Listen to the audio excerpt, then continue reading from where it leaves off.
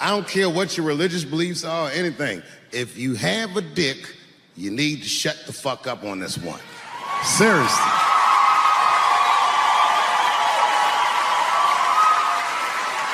This is theirs.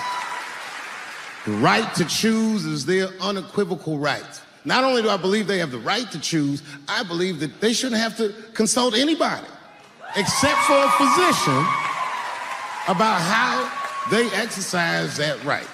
Gentlemen, that is fair. And ladies, to be fair to us, I also believe if you decide to have the baby, a man should not have to pay.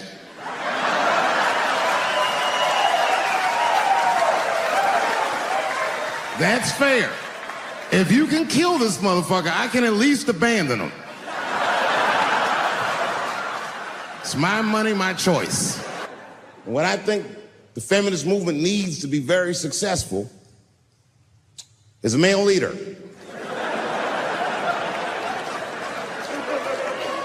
I'll do it. I will. I will lead you women to the promised land. I will make sure you get equal pay for equal work.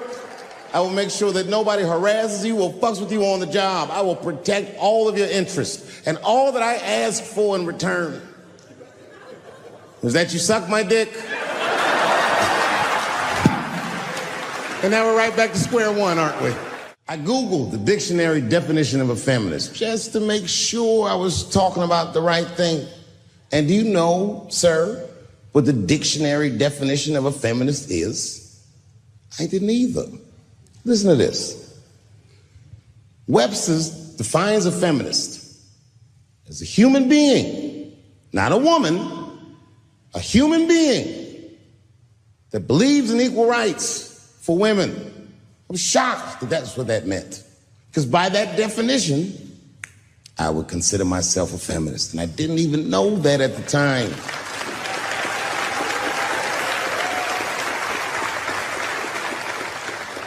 All these years, I thought it meant frumpy dyke.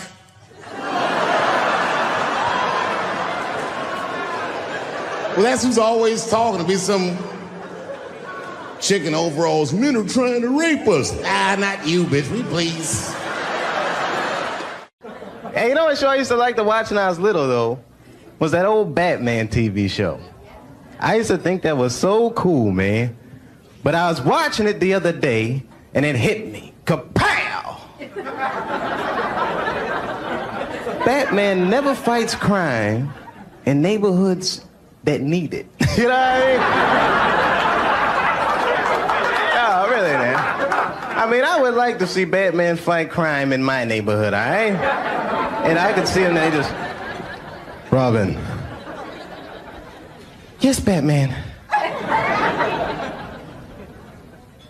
Then we parked the car right here, man.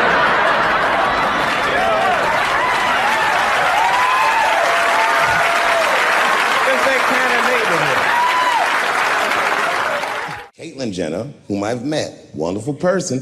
Caitlyn Jenner was voted Woman of the Year.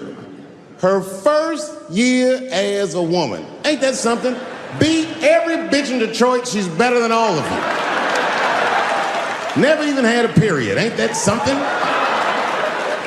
Oh, I'd be mad as shit if I was a woman. I'd be mad if I was me. If I was in a BET Awards sitting there and they're like, and the winner for Nigger of the Year, Eminem, my man. You know, America has a racial hot seat. I think we can all agree that that's the truth. And we can also agree that that hot seat is traditionally occupied by African Americans in general, African American men in particular. Although I can see that in recent years, that seat has been occupied by Mexicans, and I dare say Arabs. And we, the Black Americans, would like to thank you both for your sacrifice and your struggle. We needed a break. We needed a goddamn break. We all go through something, but at least I can leave my backpack someplace. If you Arab and forget the backpack, you got about 20 minutes before they send that robot to blow your shit up. She says, my daughter is coming home for the holidays. Oh, that's great news. I'm glad you're not going to be alone. And then she goes on and on about how great her daughter is. I guess her daughter got a new agent, and she's out in Hollywood, she's in movies and on television and all this stuff. And as she's telling me this, I'm thinking, this woman is so sweet. She probably doesn't even know who I am or what I do for a living. Because I know what your daughter's out in Hollywood doing. And then she goes, would you like to see her picture? Oh, now I don't want to see this woman's picture, but what am I going to do? I go, okay, yeah, sure, I'd love to see the picture. And I grab the picture, and this is all I say. Oh. She's very beautiful. And as she puts the picture away, she looks mean all of a sudden, like she caught me in some kind of trap. What does that face mean? And then she goes, she's transgender. And I think to myself, oh, this bitch does know who I am. Scary shit. I gotta tell you, Harvey Weinstein's probably the first person that I ever looked at a photograph of and was like, yeah, he rapes. I'm not sure this motherfucker has a choice. Not a handsome man. A lot of meat and extra skin on his face. Yeah, he's ugly. You know the sad part is, he's done so well in life, he probably doesn't know he's ugly. You know, when you're good looking, everybody will tell you, oh, you look wonderful, you're so great looking. But when you're ugly, you gotta figure that shit out for yourself. It's a lot of putting clues together through the years. Why am I not getting in the club? I got all the right shit on.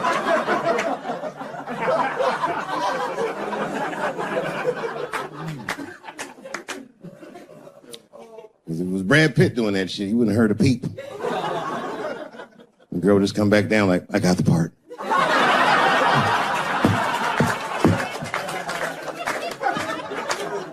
Yuck. Yet, it is important that I acknowledge, ladies, you are absolutely right. There you go. They gotta all be mindful of that, guys, because this could happen to any of us. It could happen to me. I can see that. I see myself showing up. Hi, I'm here for my 3 a.m. with Mr. Weinstein.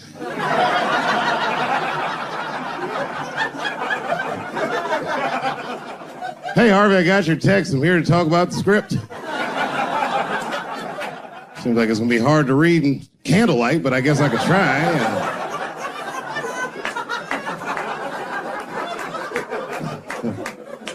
Sound like a fucking nightmare. Could you imagine that shit? Could you imagine if you was in a business meeting and a motherfucker pulled their dick out? In the middle of the meeting, I'd be like, yo, my man, this is the most unprofessional shit I've ever seen in all my days. Just let me finish, Dave Chappelle. I'll put you in all 3 Lord of the Rings.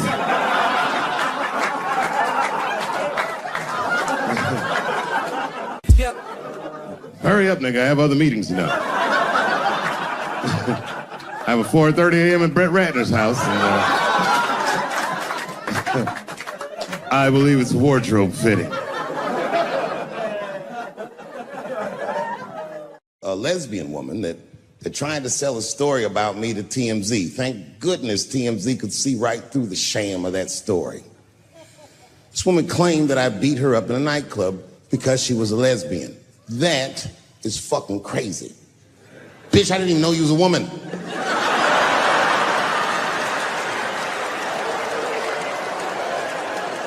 Thank God TMZ didn't believe that. Because I did beat the shit out of her, I'm not gonna lie. It was her fault, I had no choice. I came in the club minding my own business, and a woman came up to me. She goes, oh my God, Dave Chappelle. And I was just being reciprocally nice. Hey, miss, how are you? Blah, blah, blah. But not talk, nothing to it. And all of a sudden, this lesbian fellow stepped between us. Hey, nigga, that's my girl. I said, yo, my man, back up like that. She said, I ain't backing up off shit, nigga. That's my girl. I said, bro, you're gonna have to give me 3 feet like this. She said, stop calling me a man, motherfucker. I'm a woman. I said, what?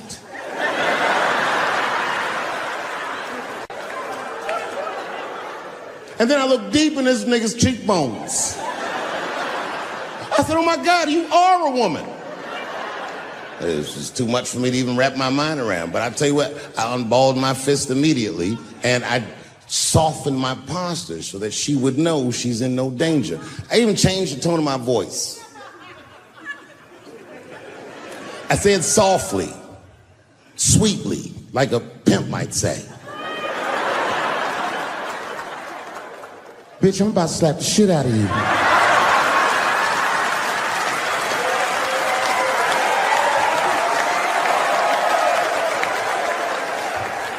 I should have done it. Oh, I wish I didn't say that. She dropped that foot back. Boop. She was in a perfect southpaw stance. Her shoulders were angled correctly. Her head movement was good. I said, oh no! This bitch boxes for real. She threw a wild hook at me and I saw it coming from yesterday, so I slipped it like this. I had no choice. I had to go to work. I let that jab go. You should have seen me go, nigga. I tenderized them titties like chicken cutlets.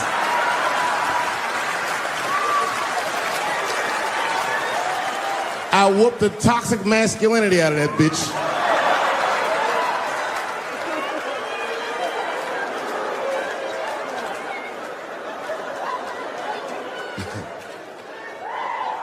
That's why I don't go out no more. Just trying to chill. I'm just trying to live a peaceful life. That's why I live in Ohio. You know, I live in a little town in Ohio. It must be like 3,700 people. Small hippie town. Culturally, it might feel like Ann Arbor to you. You know what I mean? Just a bunch of hippies and shit like that. And niggas always ask me, like, Dave, why you live in that hippie town? And I'd be embarrassed to tell them the truth. But you know why I live there? Because Yellow Springs, Ohio has the most beautiful women in the world. And a lot of people might disagree with me, but you gotta see them for yourself. They're gorgeous. But it all depends on what you're into, you know what I mean? I like white bitches with dirty feet.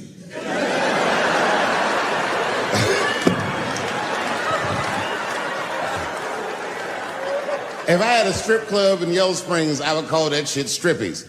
All naked hippies all the time. And I'd only hire girls with long titties and long vagina hair that looks like they slept on it. And I would keep a pile of dirt right next to the stage. I come like, bitch, get your feet in that dirt and get up there and give those people what they came to see. Chalk up, bitch.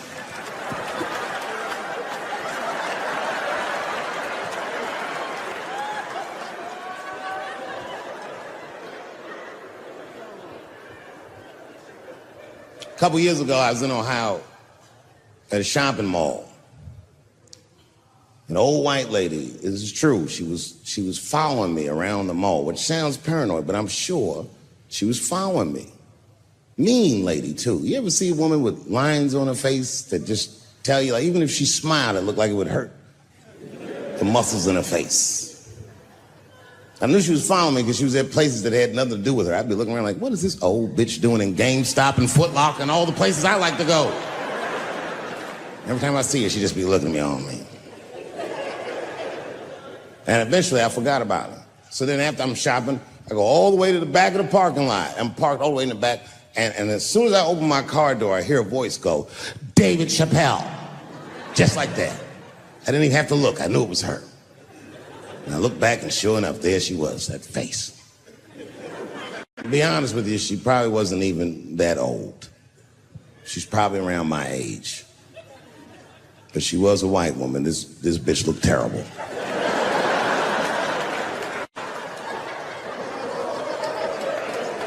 Going all the way. I kept my cool. I was nice. I said, hello, miss. And she didn't say anything back. All she said was, I watch your comedy. I said, uh-oh. And then she says, "Is it true?" She goes, "It sounds to me like you hate women." I said, "Well, you know what, miss? It's art. And you're free to interpret this art however you'd like. But I can tell you, as the maker of this art, that I don't believe that I feel that way." And she said, "Well, I think," and I said, "Shut up, bitch. Shut the fuck up. Before I kill you and put you in the trunk. Ain't nobody around here."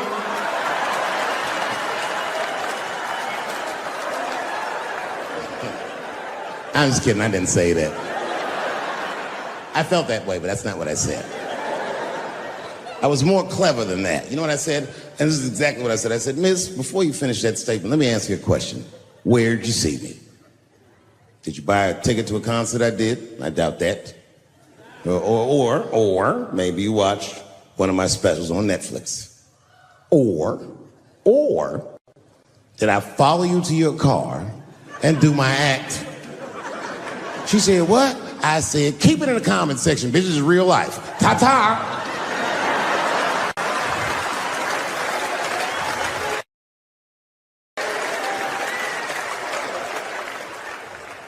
And then I drove off. Now, I got to tell you, and this is going to surprise some people here, but not everybody. People say things to me all the time, but what you don't know is it does affect me. I think about it. And that one bothered me a lot. I was driving home, couldn't stop thinking about what this woman said, because she's not the first woman that said that to me. It's puzzling. You know what I mean? Like, what could I possibly be saying that would make these bitches think I hate women?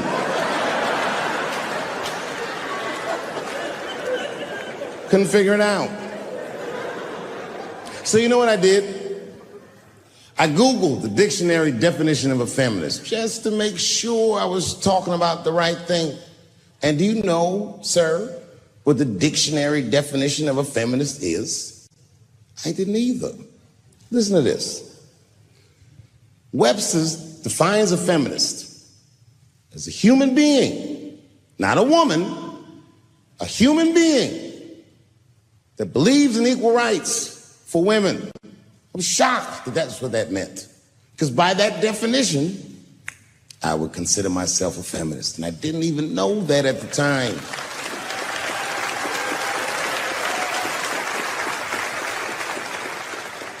All these years, I thought it meant frumpy dyke.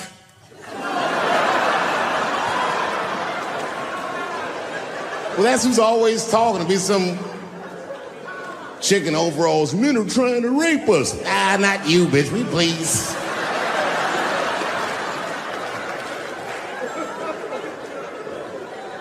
Everyone in LA for a wonderful week. Been great here. You know what? It's been 10 years since the last time I played Los Angeles, if you can imagine. I know, I've been gone for a very long time. And unbeknownst to you, it was a difficult 10 years. I'm not going to take you through all the agony I've been through, but it was tough. Some of it you might have seen. I don't know if you ever saw on TMZ the big headline, "Dave Chappelle drunk on stage in Detroit." Well, if you saw it, I wasn't drunk. I had smoked some reefer with some rappers. Yeah. I don't know if you know anything about hanging out with rappers, but their weed is very strong. Stronger than what I was accustomed to. The article goes on to say I was booed off stage, which is also incorrect. I was booed. I did not leave. It was a long bump. It was a fucking nightmare. 2 puffs of weed, that's all it was. 2 puffs. I never had that happen where I take 2 puffs of weed. I looked at the guy next to me, I was like, "I'm gonna bomb, nigga, I can feel it." And that guy called my name, Dave Chappelle. Niggas was like, you know, normally when you do a comedy show, you guys don't know what it looks like up here, but niggas be looking up at you like. That's how the show started. Didn't take long for the faces to switch up, like, what the fuck? I started looking amongst themselves.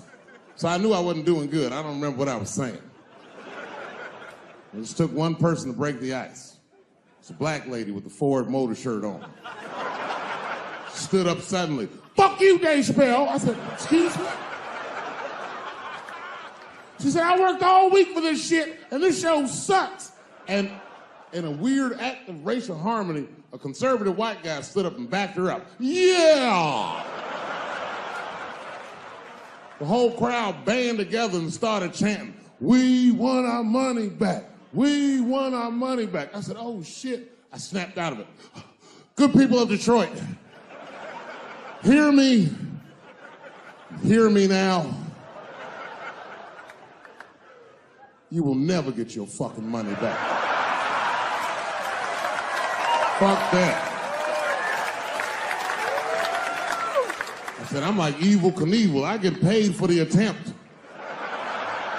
I didn't promise this shit would be good. Boo, they said, fuck you. This went on for a long time. And then after the show, I felt so bad, I took half of the money from the show, thousands of dollars. I said, I'm gonna give this to charity. You know what I did? I bought $25,000 worth of bubble gum and drove around Detroit and handed it out to the homeless so they could chew it and still be hungry.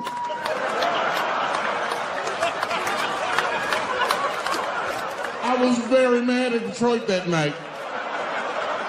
Because not only did I bomb, nigga, I had to go back to the very same room the next night and do it all over again. Fucking nightmare. That would be like if you were having sex with a woman and for some reason, this would never happen, but for some reason, she had a mouse trap in her pussy. You get caught in the trap. And then you gotta fuck her again tomorrow night.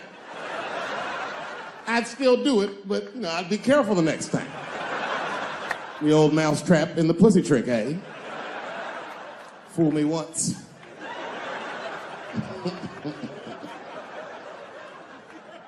Yeah, it was a tough time. And I wanted to give up sometimes. I almost did give up, but then right before I gave up, I decided not to. But I made the call. They answered the phone. Hello? Dancing with the Stars. I said, not yet. Not yet. Yeah. Oh, if you see me on that shit, it's over. Trust me. My spirit is broken. If you see me waiting for them judges,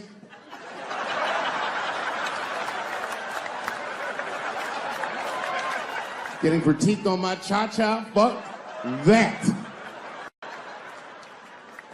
I've been hanging out. I haven't been working in LA, but I come out here and hang out and shit. I was out here a few weeks ago. I almost got arrested. I'm not bullshitting. This happens to a lot of black people. What happened was,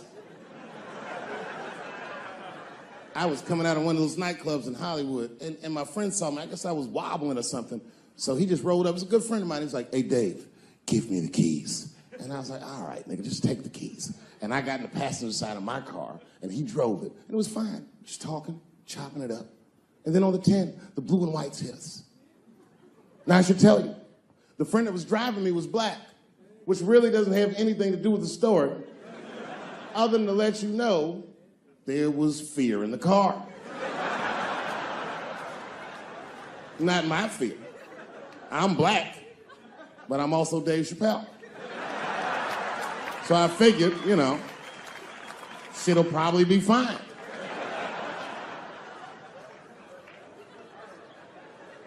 Traffic stop started off on the right foot. Cops came up to the driver's side. Hi, how you guys doing? And he recognized me immediately. Oh, Dave Chappelle. And I looked at my friend like, we getting out of this shit. And then he says, you know, you guys were swerving in the lane. Do you mind just stepping out the car for a second? Still no cause for alarm. I looked through the rearview mirror. The body language of the arrest looked good. He was talking. So then I started fucking with the radio. You know, traffic stops going good if you listen to the radio when someone else is outside of the car. But then when I looked back in the rearview mirror, something had gone horribly wrong. That motherfucker's back there like. And the next thing I knew, they were stuffing him in the back of the car, And I thought, you know, when anybody would think of a situation like that, oh my God, what is gonna happen to me?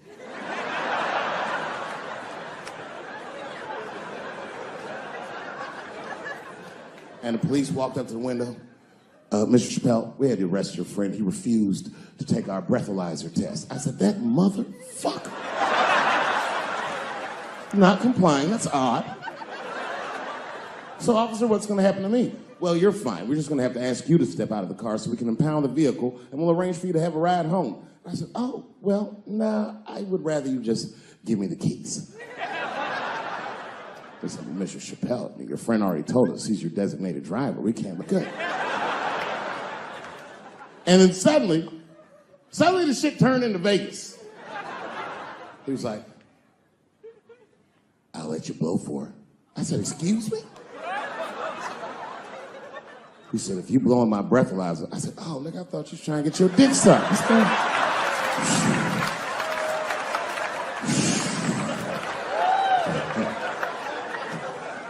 If you blow in my breathalyzer and pass, I'll give you the keys to the car. I said, set him up, nigga, let's play. And I blew in that thing,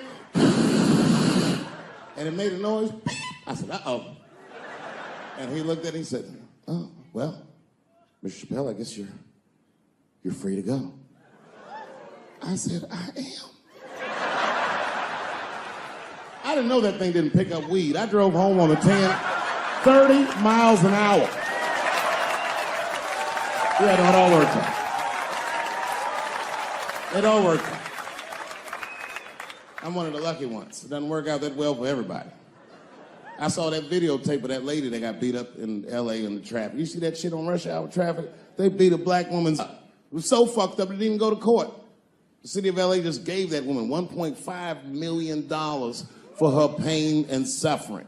That is not bad, considering that's the same amount of money that Marcos Maidana made to fight Floyd Mayweather the second time. And this woman obviously hasn't trained a day in her life. You can see it on the tape. She didn't come to fight. Her guards were low. She was taking a lot of shots. My first guest is the funniest comedian on the planet. His film, Dave Chappelle's Block Party, will be available June 13th on DVD. Please welcome Dave Chappelle.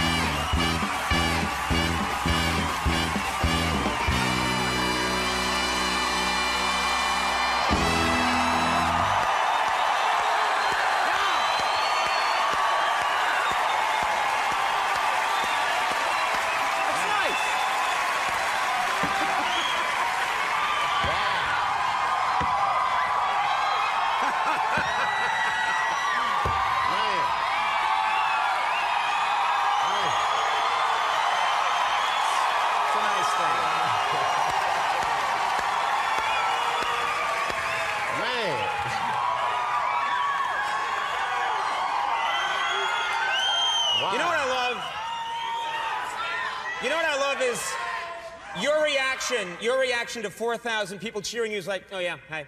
I don't know what to do. I forgot what that was like. You've been away for a while, yeah. It was quiet in Africa. Yeah, there was some quiet time there. We got a lot to talk about here. I haven't seen you in a long time. First of all, what have you been up to? What's Dave Chappelle been doing with himself? Nothing. This guy screening out season 3. Good to see you. Yeah. Nice try, Comedy Central. Yeah, that's one of their executives. Yeah. We need the dough. Come on. I've been really just relaxing and just trying to stay out of trouble. Right. That's right, because I see, being a celebrity, your realm of getting in trouble is worse than the average person. Mm-hmm. You know what I mean? Like, the average dude gotta go out and look for trouble. I'll be sitting around, mind my own business, and dude come up, hey, man, you're Dave Chappelle. I'm like, yeah, what's up, man? Hey, I got 12 naked bitches in a hot air balloon. You trying to roll with me?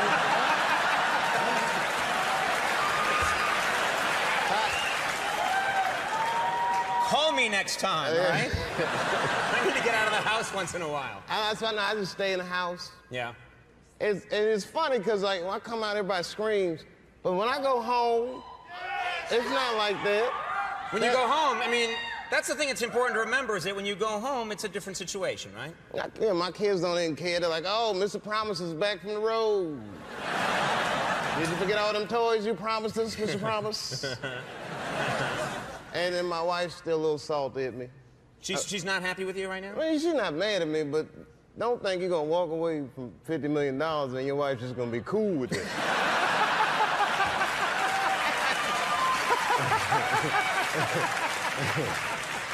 That's an angle I hadn't thought about, yeah. Oh, it was crazy. I thought I was gonna get the Jerry Maguire, baby, you can be anything you want to be speech. Yeah. It didn't pan out. No? It was more like Purple Rain around my house. Yeah, I know what it sounds like when the doves cry. Now, okay, I've known you for a long time. You've been coming on our show for a long time. I've bumped into you in the street sometimes in New York. You're a very normal, down-to-earth guy. You really do seem like you're very unaffected by all this. Do you think that's fair? I'm a little weird, but I'm quirky. Yeah. But yeah, my life is pretty normal. Like I get amazed by this too. I was in L.A.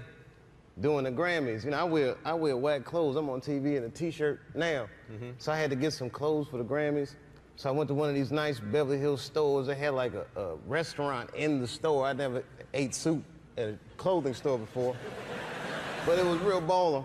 And I'm eating soup, and I look across the room, and I see Jessica Simpson. So I'm like, oh, that's Jessica Simpson. And I was like, oh, wait a minute. I'm famous, baby. So. That's right. You could. Yeah, so you could go up and say something. Well, that's what I decided. Now, I don't normally do this, but it was Jessica Simpson. I said, let me just see, you know, what's going on. So I went up, I'm like, hi, Jessica Simpson. I didn't know what to say. I'm like, my name's Dave Chappelle. I was like, I'm on TV too. Yeah. And she was like, I know who you are. And I was like, I knew it, bitch. I didn't say that to her. I didn't say that to her,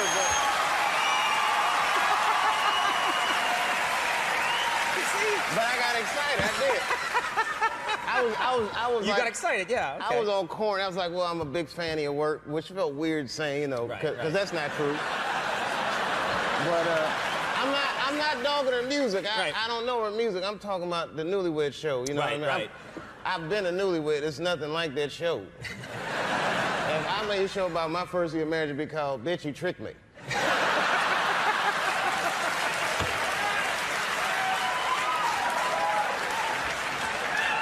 But if you're a romantic fool, yeah. I'm crazy about my yeah. wife. That's why I see these jokes about me and my wife.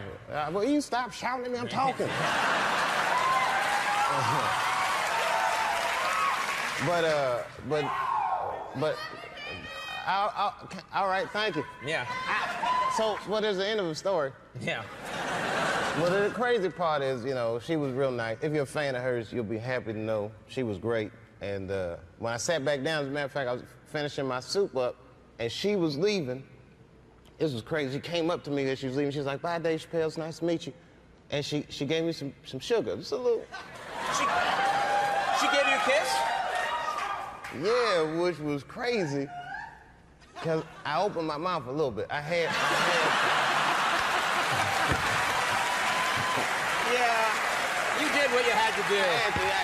Let's get into this now, because everyone wants to hear what's been going on. You disappeared for a while. People were saying, where's Dave? Where's Dave Chappelle? Where's he going? And then it turns out you took a trip to Africa. Is that true? Yeah, it's true. Yeah. It wasn't like they said. Right. It was because like, the stories, as you know, you're hearing all kinds of stuff on the news. It was crazy, man. I mean, first I went to Africa to chill, and I tell you, you hear a lot of black people say this, like when you go to Africa, especially your first time, you have this overwhelming feeling like you're home, which is true. I had that feeling like, man, this feels like home. I think I felt that way because there's a McDonald's in the airport. So I got my Big Mac. But then it was like, it just got out of control. Like I was in Africa, and next thing I know, I started hearing all the stories like comedian Dave Chappelle's in a mental institution in South Africa. And I was like, man, I must be losing my mind. Yeah. because I thought this was the beach. Yeah.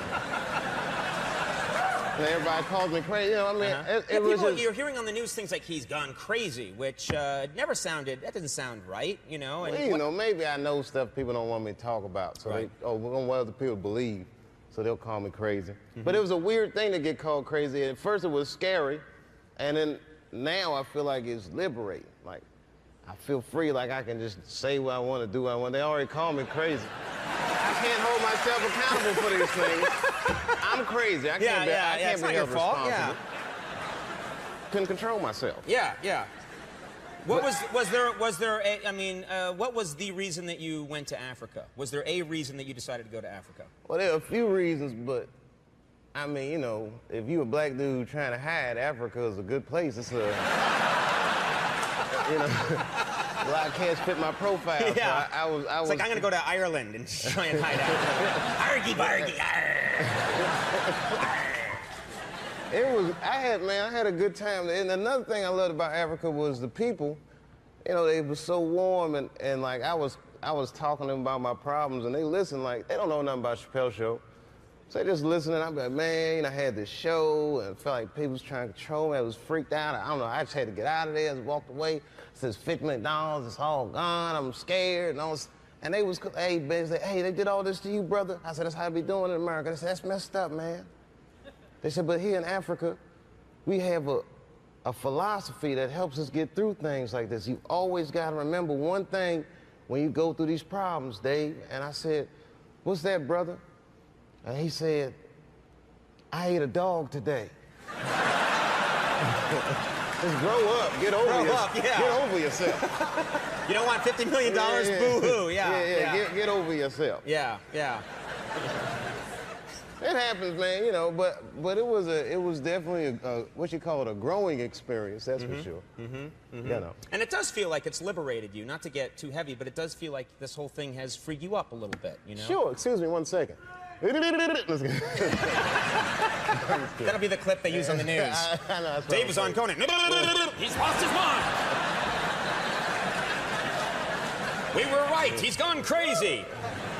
I'm going to mention this, Dave Chappelle's Block Party by Michelle Gondry. I mean, this is great. That's incredible, yeah. This is coming out on DVD, and it's going to be available on June 13th. And I got to tell you, it is a real pleasure. I mean, I say this all the time on the show. I say it's a real pleasure to have you come on the program. But I wrote you a little note, and everybody wants to talk to Dave Chappelle. I wrote you a little note. And you responded and said, I'll be there, and it was incredibly nice. Thank you very much. Thank you, Matt. It was really nice of you to do it. Yeah, you know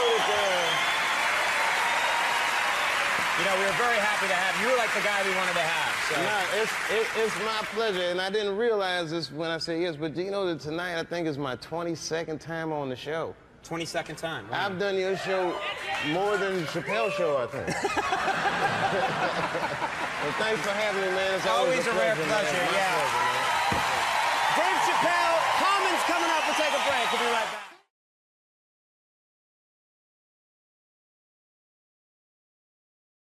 And I was on a plane. I was coming from overseas, and I don't know how this guy got a machine gun on the plane, but he stood up, man. He said, "Everybody, get on the fucking ground! Nobody look at my face!"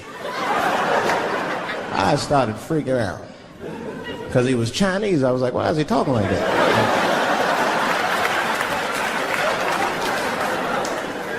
He was screaming and crying. I was the only brother on the plane. Well, I thought I was the only brother. I looked over. There was one other black dude. He was from Nigeria. I looked over at him. He was looking right in my face, man. He didn't say 2 words to me. He just looked at me. He was like...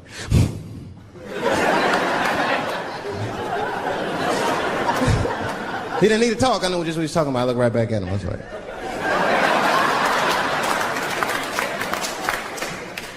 Some white dudes on the front of the plane seen us. They were like, "Oh my God. I think those black guys are gonna try to save us."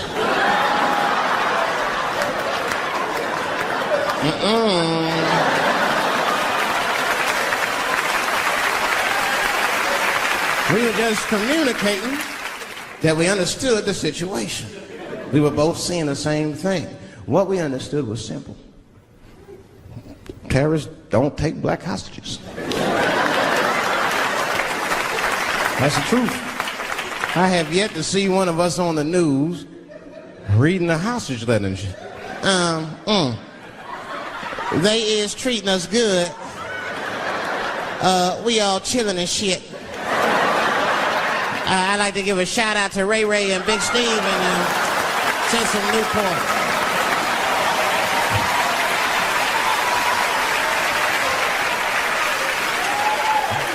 You're not gonna see it. And terrorists are smart. They know what they're doing there, you know. They terrorists. They know black people's bad bargaining chips.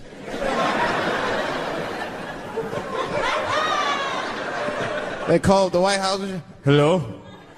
We have got 5 black... Hello?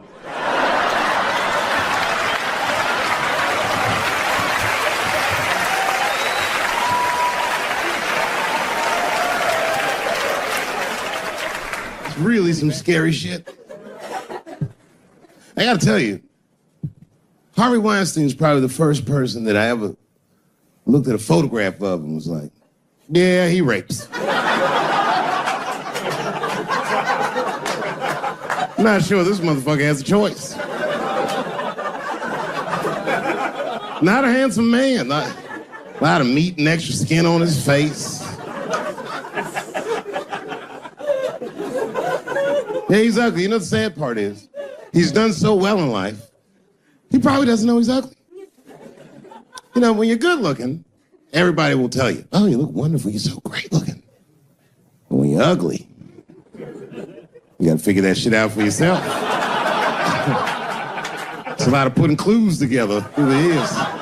Why am I not getting in the club? I got all the right shit on.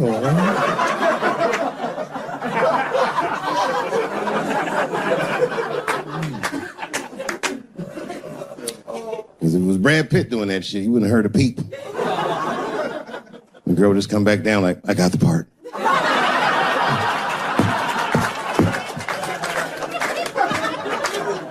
Yuck. Yet, it is important that I acknowledge, ladies, you are absolutely right. There you go. They gotta all be mindful of that, guys, because this could happen to any of us. It could happen to me. I can see that. I can see myself showing up. Hi, I'm here for my 3 a.m. with Mr. Weinstein.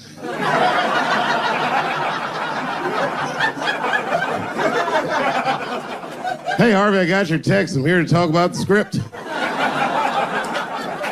Seems like it's going to be hard to read in candlelight, but I guess I could try.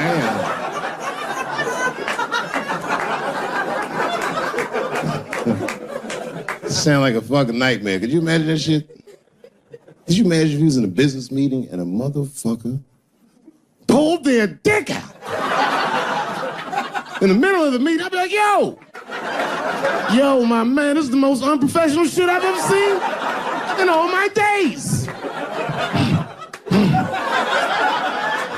Just let me finish, Dave Chappelle. I'll put you in all 3 Lord of the Rings.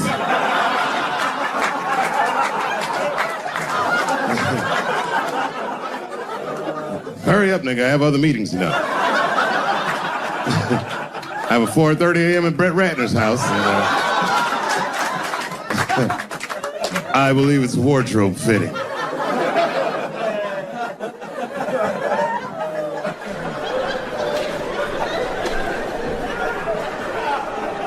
You gotta make life interesting like that, because the shit is flimsy. Life is flimsy. You think you're gonna live forever, you ain't not gonna live forever. It's dangerous out here. We know what's going on. I travel now, you know. I used to think D.C. had the roughest ghettos in the country. Nah, nigga, I have seen some shit now. Oh, there's some rough areas outside of D.C. Yeah, everybody should go to the ghetto. I was taken to the ghetto one time. That's the worst. When you get taken and you're not expecting to go. You know, usually you want to know when you're going to the ghetto, like, I'm going to see some wild shit. I got to prepare myself. I'm going to see something crazy. When you're taking, it's different. I had a limousine driver. It was after a show. It was late at night. It was like 3 in the morning. I had a limousine driver. He was a nice guy, talking to me and shit. Oh, hey, where you from, dog? D.C.? Word? That's a rough city, man. And his cell phone started ringing. Hold on 1 second. Hello? Oh, what's up, nigga? What? What the fuck? Slow down. What? What the fuck? No! No! No! Fuck that, nigga. Fuck it. I'm on my way.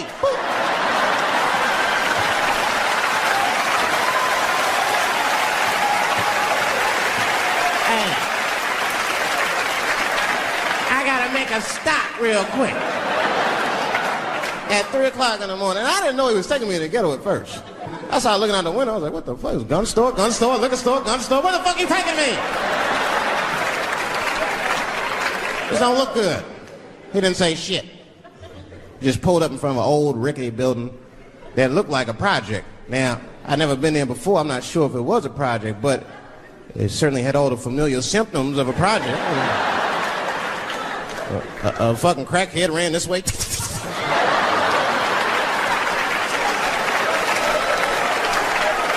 And then another one jumped out of a tree and shit. The driver said, I'll be right back. And left me. Took the keys with him and just left me. At 3 o'clock in the morning, in front of a project, in a fucking limousine. This was not good. I was like, man, I gotta look around and see if I can see some landmarks and figure out where I'm at. Might have to escape on foot. Now, this is when I knew I was in a bad neighborhood. You only see this in the worst neighborhoods. Remember, it's 3 o'clock in the morning. It's 3 o'clock in the morning. I look out the window. It was a fucking baby standing on a corner. Look at this. And the baby didn't even look scared. He was just standing there.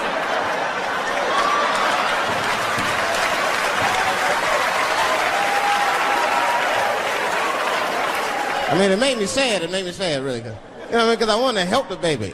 I was like, I don't trust you either. I'm sorry. Click. Click.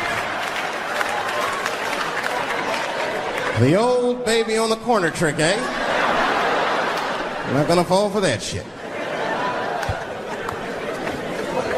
Where's this limousine driver? You know, I start feeling bad. As time goes by, I start feeling worse. Like, man, what is wrong with me? What the hell's wrong? I'm scared of a baby. And this baby could be in trouble. He might need my help. I got to do something. But I wasn't going to get out the car. I'm serious, man. I just cracked the window a little bit. There's an old limousine. I can roll it down.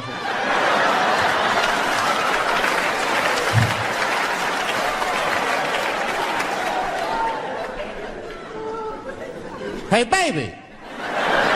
Baby, go home, man. It's 3 o'clock in the morning. What the fuck are you doing out? The baby said, I'm selling weed, nigga. I said, oh, shit.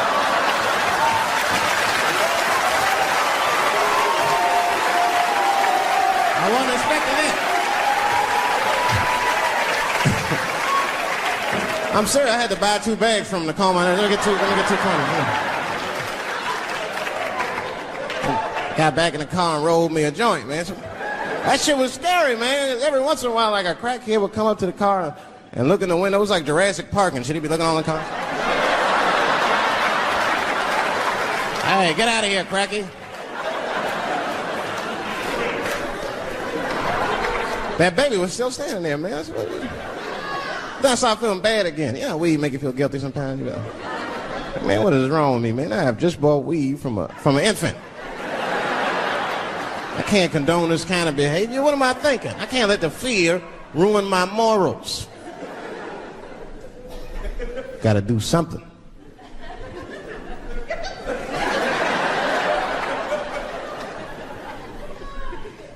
Hey, baby. Stop selling weed, all right? You got your whole life ahead of you. He said, fuck you, nigga. I got kids to feed. I was like, God damn.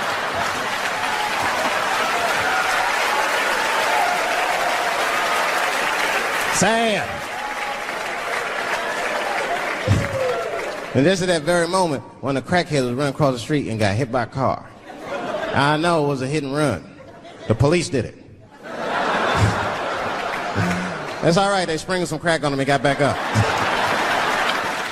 I almost protested the war in the beginning. Almost. Until I saw what happened to them Dixie chicks. I said, fuck that. If they'll do that to 3 white women, they will tear my black ass to pieces. I don't want to hear that shit. Yeah, man, they would. But I'm like, for real, why you care so much what the Dixie chicks say? It's not like they political scientists or nothing. They just bitches that can sing good. You know what I mean? Stop worshiping celebrities so much. Just don't listen, don't pay attention. I remember right around September 11th, Ja Rule was on MTV. That's what they said. They said, we got Ja Rule on the phone.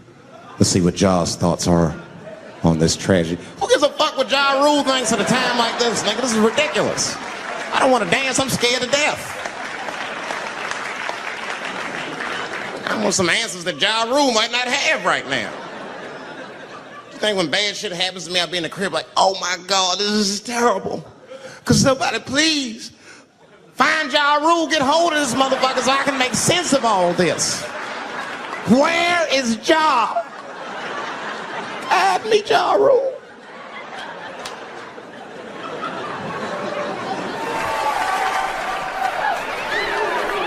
Yeah, I've been seeing that kind of shit, man. It's what it is. They use the TV to program us from a young age. You ever watch like a cartoon that you used to watch when you were little as an adult? That shit is wild shit. It's some wild shit. I mean, like I was with my nephew. We sitting there, we watching Pepe Le Pew, and I say to my nephew, I say, now pay attention to this guy because he's funny. I used to watch him when I was little. And then we watched Pepe Le Pew, and I'm old now. I'm looking like, good God, what kind of fucking rapist is this guy? Like, take it easy, Pepe. My nephew was sitting there cracking up. See, sometimes you gotta take the pussy like Pepe. Like, no.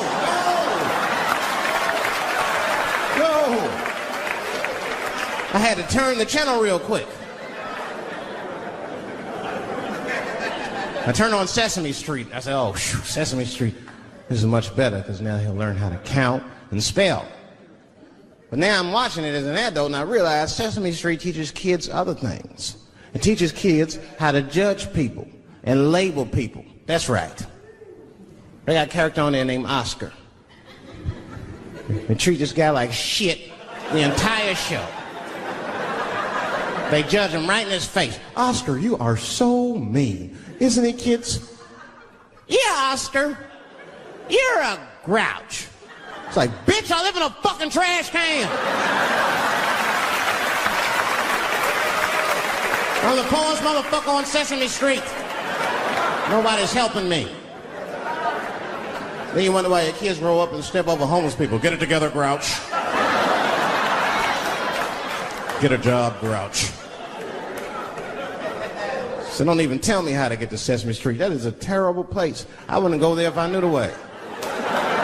Who would want to live in a neighborhood like that? Fucking 6-foot pigeons walking around. And an elephant that's a junkie. Hi, bird. Yeah, that's right, Snuffy. Hi, bird, I'm sick. I need some smack, bird. Then Cookie Monster with his eyes popping out his head, screaming, cookie, cookie, cookie, like, ugh. What kind of cookies are you talking about? Chocolate chips don't do that to people. And then they had the nerve to put a pimp on there. They didn't come out and say he's a pimp, but I know a pimp when I see one. They called him the Count. Had a cape and everything. You could see him pimping. Bitch, where is my money? You've been late 4 times, I've been counting. How many times must I smack you before you act right? 1, 2 smacks.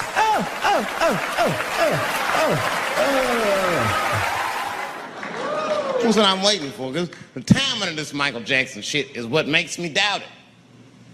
Every time this war is going out of control, or the economy gets bad, or something is wrong with the world at large, it's always these moments in history that Michael Jackson will coincidentally jerk off a kid. This is getting a little ridiculous. Like, are you planning this shit? Do you have meetings? Michael, thank you for coming. As you know, Michael, the war has not been going as well as we expected. There's been a lot of hiccups, and the public is asking us a lot of questions, of course. And, well, Michael, there's no nice way to say this, and all I know how to do is be direct, so let me just be direct. We're going to need you to jerk off another child, Mike. I'm sorry. I am sorry. But it would really help out. Or maybe he didn't. Who knows? Who knows? That's the thing. That's what I wanted to say. Who knows? Who the fuck knows? Mike, God, and this little boy know. That's about it. That's about it. The only reason that I can even talk about this shit is because everybody is speculating. They all think he did it. And I don't think he did it. I'm alone in this. I don't think he did it. I'm not going to say I don't think he did it. That's too strong.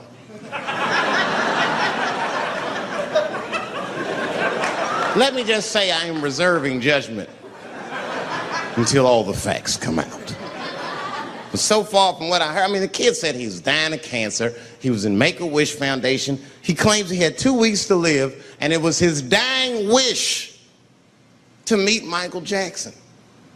Come on, man, give me a fucking break. This kid is 10 years old. He don't remember Thriller. The fuck you want to meet Michael Jackson for, honestly? I remember Thriller, and I just, like, kind of want to meet this nigga. Like, I wouldn't break an appointment to meet him. I'll put it that way. I'd have to already be free. That's ridiculous. It's like if I'm dying in 2 weeks and go, oh, mama, get me in a room with Chubby Chocolate. I wouldn't want to meet that motherfucker. My last 2 weeks. Why not Usher or somebody like this? So then the kid claims he goes to Michael's house. This is where it all gets crazy. He does everything you'd expect at Michael's house. They climbed trees and rode roller coasters and Ferris wheels. The chef made cookies, pies, and cakes. They was petting the monkey and the giraffe, sang songs, kid shit. And in the middle of all this childlike activity, for some reason, Mike pulled out some wine and some pills and sucked his kid's dick. Folks, it hurts me to say it. And the kid had the nerve to call that abuse. Motherfucker, that is a good host. God damn, what else do you want?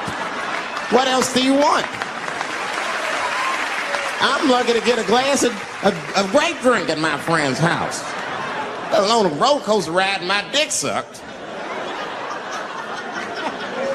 Mike must be confused, like I brought you in my house, I fed you, I sucked your dick, and this is how you repay me, motherfuckers? This was your wish, not mine. Thought you were dying in 2 weeks. What happened to that, motherfucker? I've been in court for a year and a half. You get stronger every time I see you.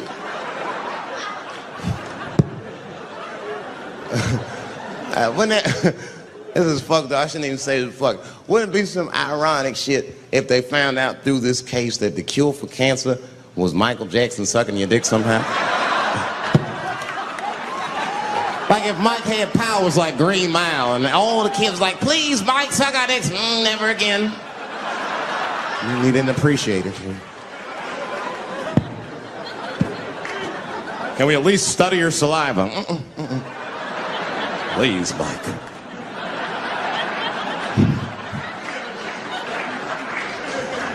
Oh, my God.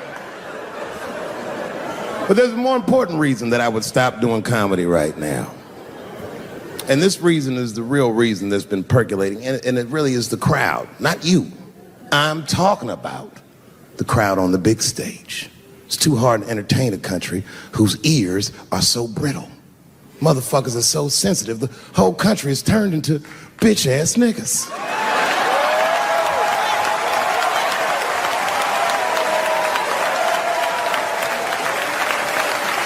Everything you say upsets somebody. But motherfuckers are just taking it too far. I don't know why or how everybody got this goddamn sensitive. You know who hates me the most? The transgender community. Yo, yeah, these motherfuckers. I mean, I didn't realize how bad it was. These motherfuckers are really mad about that last Netflix special.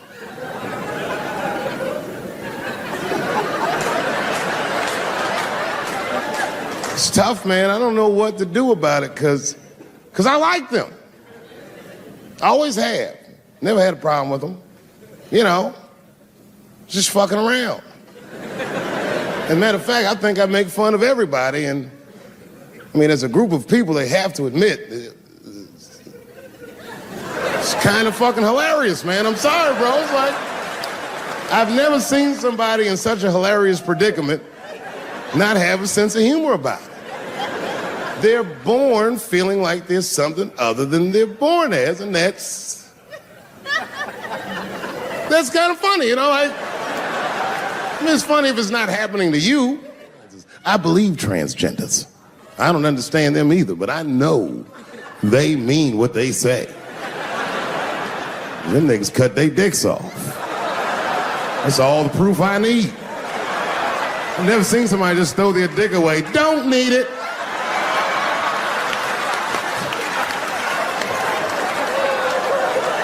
I don't understand, but I believe you and I support your decision, motherfucker. I was doing a show. I was in Portland, Oregon.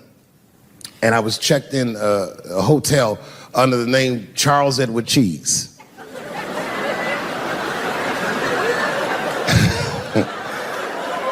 I came back to my room late at night,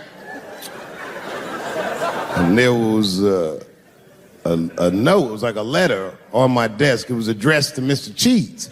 So obviously, I'm going to assume that whoever wrote this letter must be an intimate friend of mine. This is not some kind of name that a person would just guess. But then I open the letter, and it turns out I don't know this person at all. It's a fan letter. You know, I'm not even used to the idea that I have fans, but I'm grateful for it. And I don't read those letters. It'd be nice if I did, but realistically, it's like, what am I, Santa Claus, nigga? I don't have time for this. Like, got shit I want to do. I'm trying to chill. Read all these dreams and wishes from strangers. But I read it. I'd already opened it. So I just read the whole letter. And you know what, man? Whoever wrote this letter truly loves me. I mean, they were really fucking nice in the letter. And then they described to me what it was like to come to the show, how excited they were, how much fun they were having. And then they said that when I got to my jokes about transgenders, that they were, quote, devastated. Because it turns out that whoever wrote the letter was transgender. Now, I'm going to be real for a second. As a policy, you got to understand, I never feel bad about anything I say up here.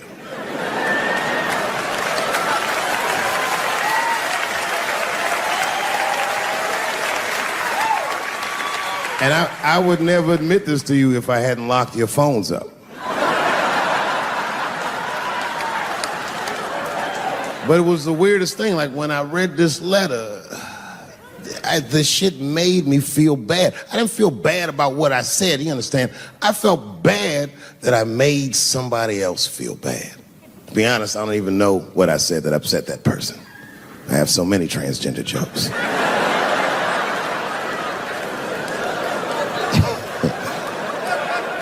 But I feel like it was probably this joke I'm about to tell you right now. And it's not even that bad of a joke. It's a true joke. I mean, it's not true, but I had read in the paper that Caitlyn Jenner was contemplating posing nude in an upcoming issue of Sports Illustrated. And I know it's not politically correct to say these things, so I just figured, fuck it, I'll say it for everybody else. Yuck.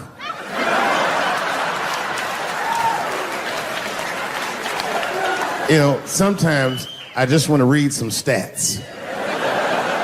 I don't know why you're going to cram some man pussy in the middle of the sports page like this. I just didn't think that was the place for it. But I wasn't saying anything like Caitlyn Jenner's a bad person. I'm not mad at her for doing it. Not even mad at Sports Illustrated. If I'm mad at somebody, I'm probably just mad at myself. You understand? Because deep down, I know that I am not strong enough to not look at those pictures.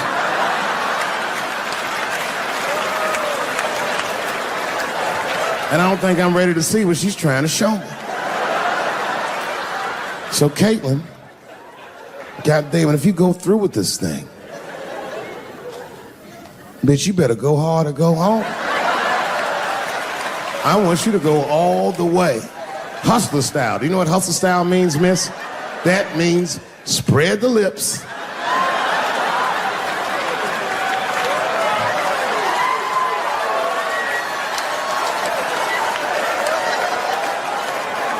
I hope she spreads her lips and there's an itty bitty dick inside. Ah!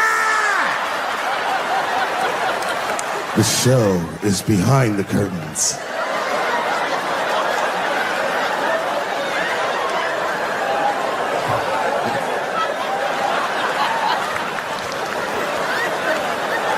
I don't know what I said that upset that person.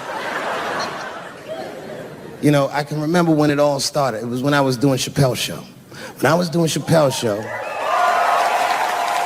I used to do the show, and then on the weekends I do like concerts and shit like that. So I'm doing a concert, and there was a couple in the front row, beautiful couple. The wife was obviously Asian.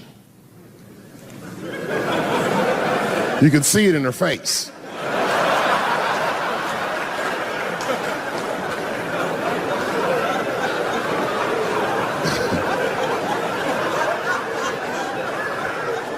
The husband, this motherfucker was mysterious, to say the least. Couldn't quite pinpoint where he was from. Caramel-colored fella, very nice hair, but he could have been from anywhere. Bangladesh, Mexico. I can't guess with a nigga like this. All I knew for sure about this guy is that his wife was a bitch. I could see that in her face, too. No, he was laughing and having a good time, and she was scowling at me at a goddamn comedy show. I couldn't figure it out. And then I realized at some point that she was pregnant, and I was smoking on stage. I said, oh my God, that's probably why she's mad. So I started to put my cigarette out, but then she hit me with one of them fake non-smoker calls. So I just kept smoking. I thought to myself, bitch, that baby will be fine, relax. And I tried to break the tension. I just asked her. That's all I said. I go, hey, where are you guys from anyway? And I could tell that she was on to me. She goes, very condescendingly, she says, I'm from California. If you're asking my ethnicity, I am Chinese. And her husband was just cool about the shit. He was like, I'm Mexican, bro. I said, well, I'm sorry if I offended you by asking, but you're a very beautiful couple. And miss, there's no question that you're going to give birth to the hardest working baby this world has ever seen.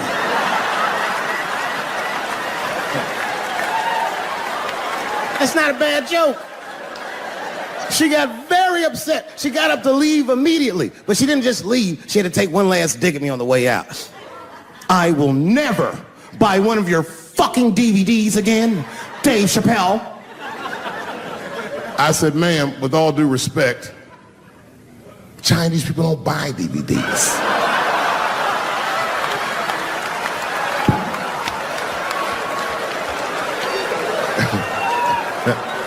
And the crowd went crazy. We were all laughing, having a good time. I didn't even think anything of it. And then just 3 days later, this lady sends a fucking letter to my promoter telling him not to book me for shows anymore because I was, quote, racist, and I'm quoting her, insensitive to the nature of my interracial marriage. I was like, word, bitch, I was. If she had just done a little bit of research, she would know that I myself am in an interracial marriage. That's right. In fact, my wife is Asian too. Surprise, bitch, I'll see you on Thanksgiving.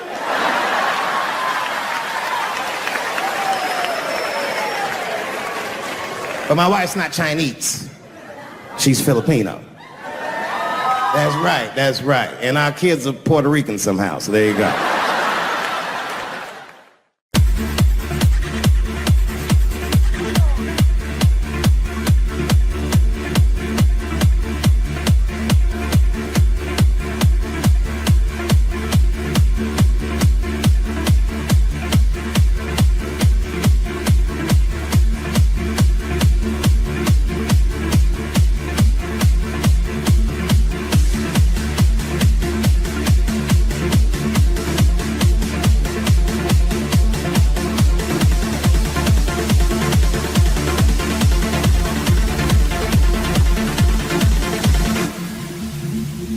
The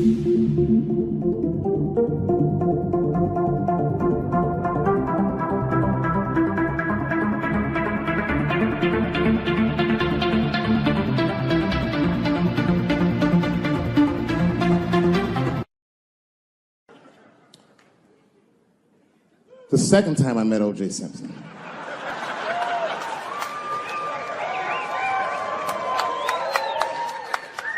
was right after the trial of the century. There I was, now a young man of probably 23. O.J. Simpson was the most famous or infamous face on planet Earth. I was in a restaurant in Beverly Hills with my agents. I wasn't alone in the restaurant, but I was alone. I was the only black person in the restaurant. And in the 90s, that felt very uncomfortable. Now I tend to enjoy it at this age.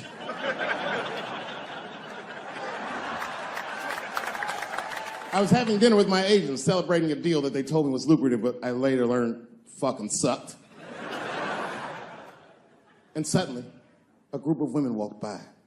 Every race was in that group. Black, white, Asian, Latina, white, and white again. They were all gorgeous. I watched them walk by. Then, I saw a familiar face. Al Collins, the man from the infamous Bronco check towards the door. Couldn't believe what I saw. And then, close behind him, was O.J. Simpson, newly released from jail. The restaurant fell still. I was shocked. I didn't mean to say it out loud, but it just came out. O.J. He stopped, turned around to see who said it, saw my black face, and correctly assumed it was me.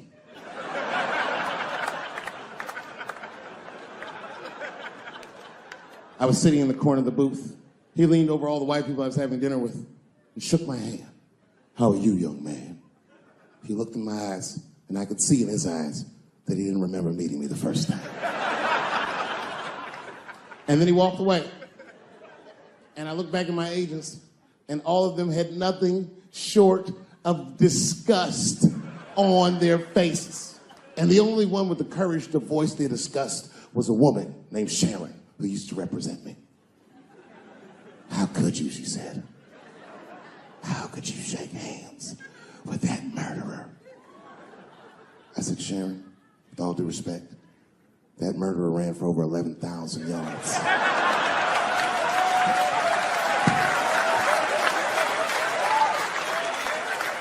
And his glove didn't fit. Glove didn't fit. Get over yourself." Some people can't do that. Some people just can't get over themselves.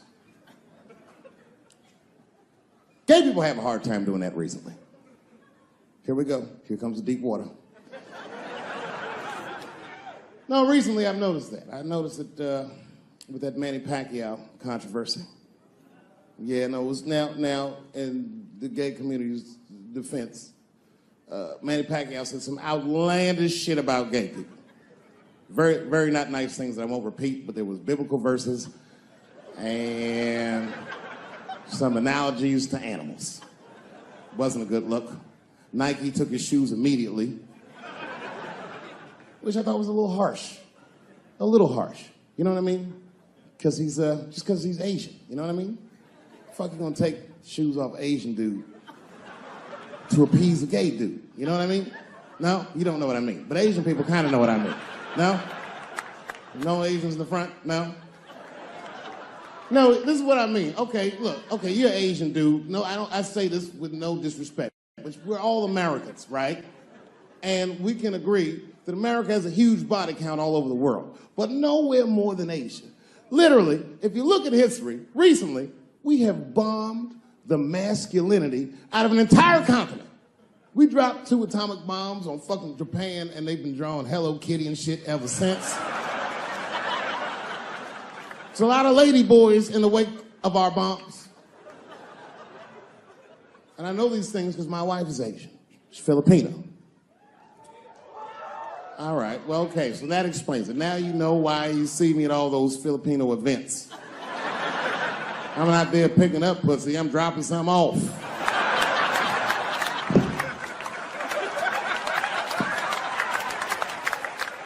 I take my wife to all that shit. I took my wife to see Pacquiao fight Mayweather. We sat ringside, okay?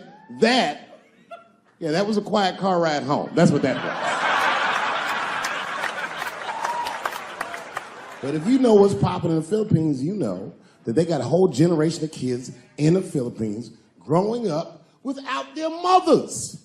Yes.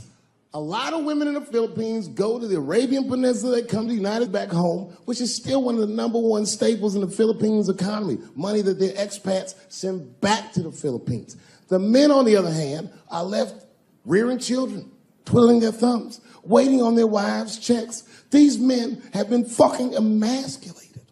And then suddenly, a boxer rises from amongst them and reinstates their manhood with his motherfucking fist.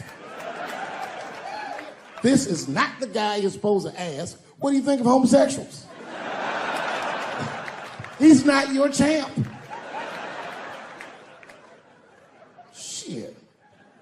That's why I don't have a sneaker deal, because if you say something that people don't like, they'll take your fucking shoes off. Throw the hat. They've got the longest mental gap to bridge. That's all I'm saying.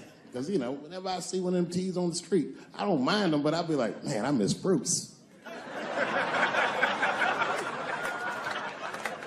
I'm sorry, guys.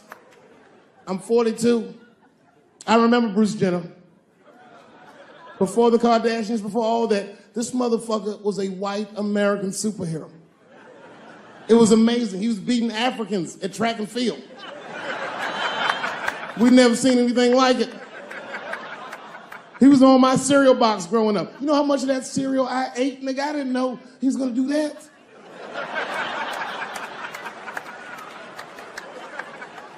I knew before you guys knew. I heard things on the street in Hollywood. You know, you just be out, see people. Hey, what's up, Kanye? Why the long face? Nigga, you'll see. I got 2 mother-in-laws now. And when I heard he was gonna do it, I was scared. I didn't think the public was ready. I didn't think the media was ready. And you know what? I was wrong. Never seen anything like it. Welcome to the world, Caitlin. So long, Bruce. Hello. Somebody called me a nigga in traffic last Wednesday. It's so long, it takes a minute.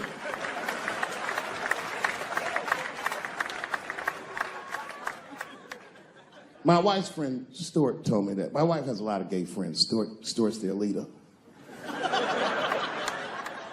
She has a lot of gay friends. And I don't like them.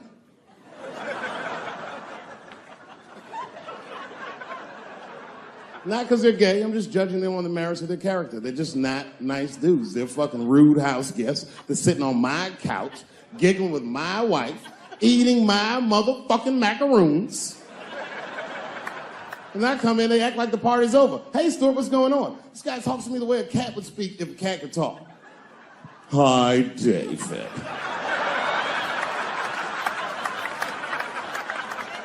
Stuart, what's all the beef, man? What's going... He always wants to have some kind of gay political argument. The last one was about a petition in federal court to take the words husband and wife out of the law. I said, well, why would you want those words out the law? He said, because it discriminates against same-sex couples. I was like, niggas, please save me the semantics. Just trust me, take your chips and get the fuck out of the casino. You're about to side, talk that over amongst yourselves, and whichever one of you is gayer, that's the wife.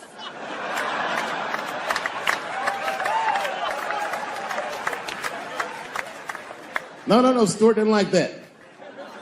Stuart educates me about this movement, you know what I mean? I didn't even know shit about it. He told me it's called LBGTQ.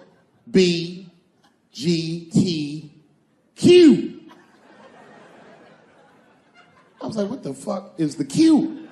Does that even make sense, Q? Turns out Q is like the vowels. That shit is sometimes Y. It's for gay dudes that don't really know they're gay. You know what I mean? Like prison fags who are like, well, I'm not gay, nigga. I'm just sucking these dicks to pass the time. I'm not G, I'm Q. Ugh.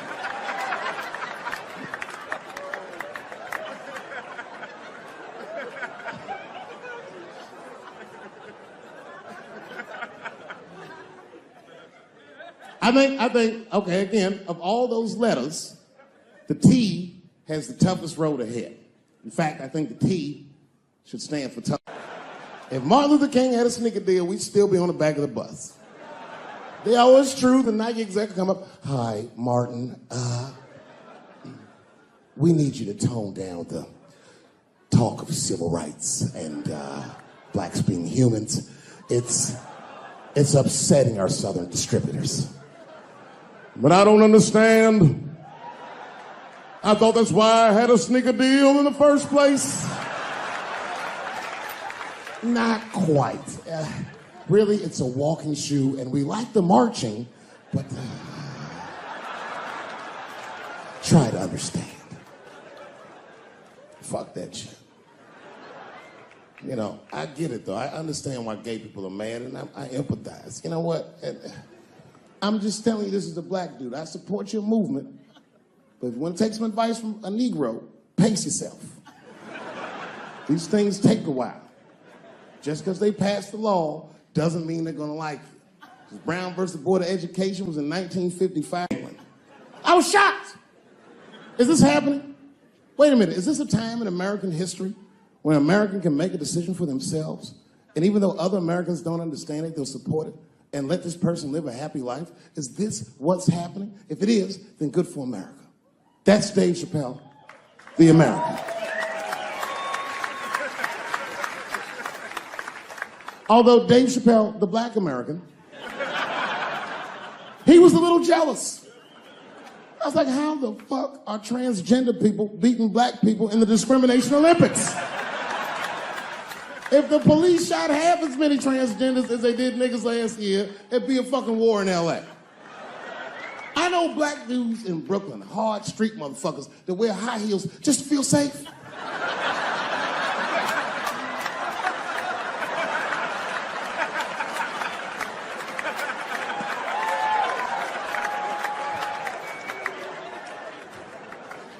Transgenders are gangsters. I used to do business with a transgender in Hollywood. Man, everybody would be scared of her in the boardroom. She'd walk in there, newly minted woman, high heels, purse. Shit.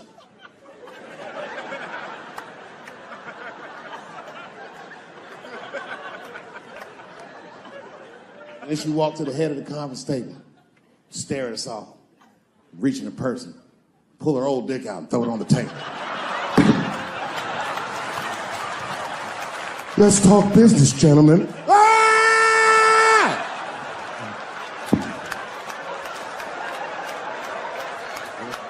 Shit is scary as fuck. If your best friend pitched that to you, you'd be horrified. Yo, nigga, let's go to the hospital and cut our dicks off and make pussies out of them shits. What? Can't we just get matching jackets or tattoos or something? Sure, that's what you want to do? There's only one way to find out, nigga. Wu-Tang, bow, bow. Let's go to the club and trick niggas into fucking us, yeah. I Googled the dictionary definition of a feminist just to make sure I was talking about the right thing. And do you know, sir, what the dictionary definition of a feminist is? I didn't either. Listen to this. Webster's defines a feminist as a human being, not a woman, a human being that believes in equal rights for women. I'm shocked that that's what that meant. Because by that definition, I would consider myself a feminist. And I didn't even know that at the time.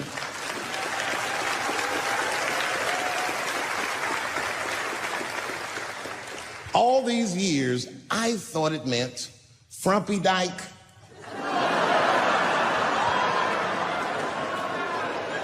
Well, that's who's always talking. To be some chick in overalls. Men are trying to rape us. Ah, not you, bitch. We please.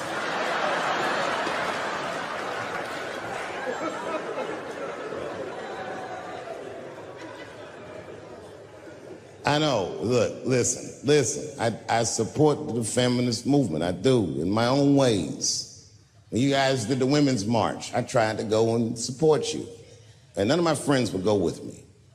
I asked all the fellas, none of them wanted to go. I tried everything. Come on, y'all, it's gonna be bitches there. They was like, nope. So what I did is I called my friend Ange. Ange is a black woman who's a comedy writer, and she's dope. Matter of fact, she's the only woman that I know personally that pays her ex-husband alimony. And she sounds just like a man when she does it. Fuck that broke motherfucker and all that. She says all that shit. So I hit Ange up. I hit her on the text. And all I did, I texted her. I said, Ange, are you going to the Women's March? And she texted me back, and this is real text. She said, I hope those white bitches get tear gassed.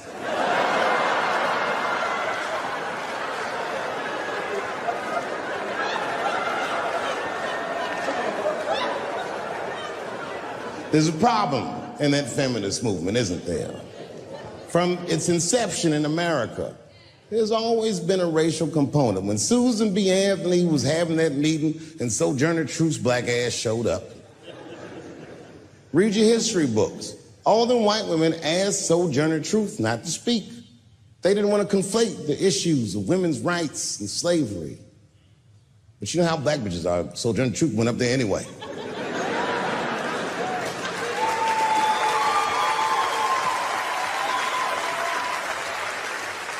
She did a famous speech. She said, ain't I a woman?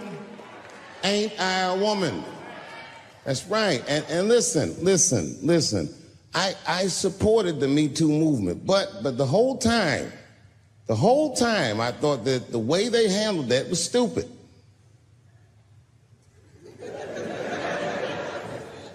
It was white. It was like,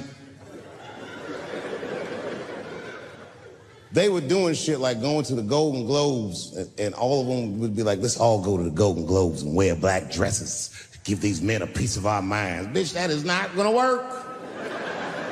You think Martin Luther King's gonna be like, I want everybody to keep riding the bus, but wear matching outfits? You gotta get off the bus and walk. It's real talk. Real talk, that was a silly movement. I want everybody to wear a crocheted pussy hat so they know we're serious. What the fuck was y'all doing? And then I said something about it in one of my specials, and all these women actresses came after me. I said, man, fuck y'all too, you canceled. I ain't jerking off to none of your pictures again.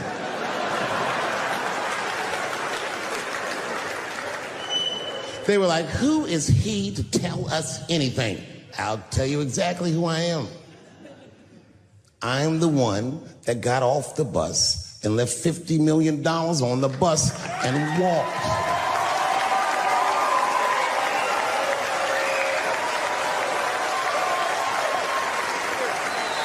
I agreed with these women. I just didn't agree with what they were doing about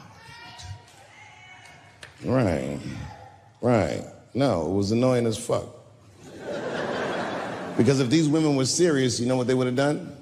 They all would have fired their agents. And they would have went to the mailroom of one of these big agencies and found a woman that was busting her hump in there and said, if you want to talk to us, then you have to talk to her.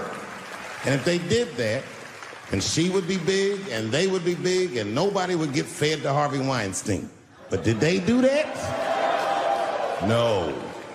Was that their idea? No. Surprisingly, it was mine.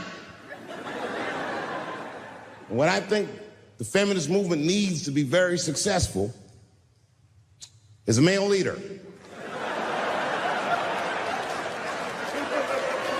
I'll do it.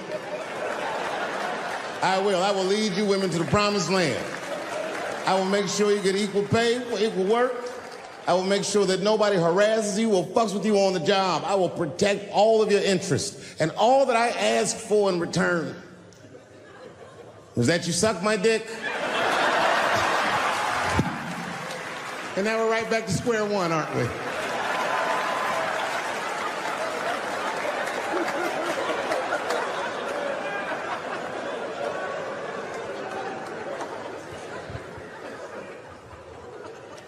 And now we get to the core of the crisis. What is a woman? What is that in this day and time? Is there even such thing as a woman or a man or anything? Seems to be a question nowadays. Now listen, women get mad at me. Gay people get mad at me. Lesbians get mad at me. But I'm gonna tell you right now, and this is true. These transgenders, these niggas want me dead. I've gone too far. I've said too much. And I gotta tell you, I'm very worried about it. I'm not even joking. Every time I come out on stage, I be scared.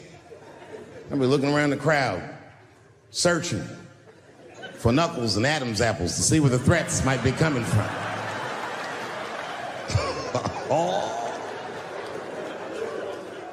A nigga came up to me on the street the other day. He said, "Careful, Dave, they after you." I said, "What? One they or many theys?"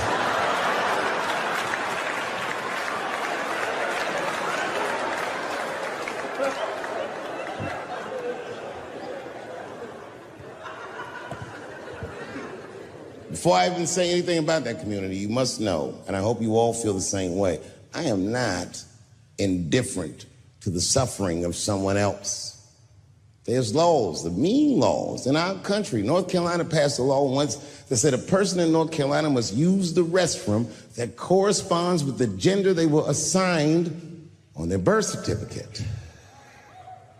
No, no, no, no. No, that's not a good law. That's a mean law.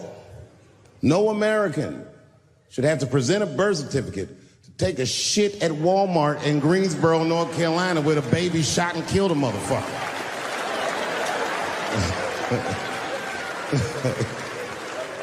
You have to ask yourself, if you're thinking about it, who are these laws designed to protect? Like, let's say they designed this law to protect me, my interests. Transphobic comedian Dave Chappelle. And let's say that I'm in Walmart doing a little shopping with my family. Now, I should tell you, if that ever happens in real life, you should know that my dreams didn't work out. But let's say something goes horribly wrong, and there I am in Walmart with the poor whites rummaging around for mediocre goods and services.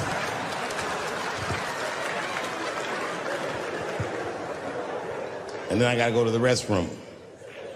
So I excuse myself from my family. I go to the men's room. Now I'm standing at the urinal taking a leak. And this is what this law is gonna do. And suddenly, a woman walks into the men's room. I'm gonna be like, that's strange. And then she stands shoulder to shoulder with me at the urinal. I'm gonna be like, bitch, what's going on with you? And then she hikes her skirt up and pulls a real live meaty dick out. Yep. And what do you think I'm gonna say?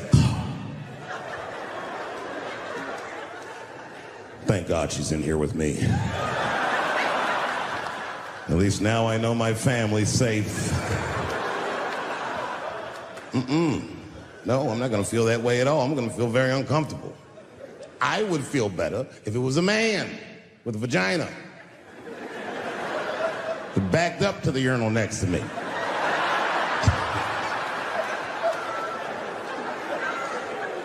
I wouldn't even think about that. I'd just be like, that's funny. This guy is peeing out of his butt for some reason. Oh my God, he must be a veteran. Thank you for your service.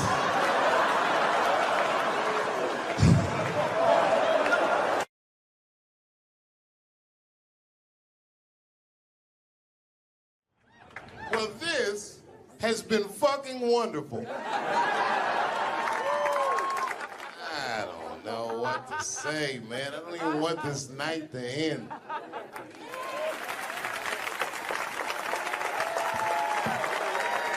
I promise you, whoever cares the most, I care at least as much as them.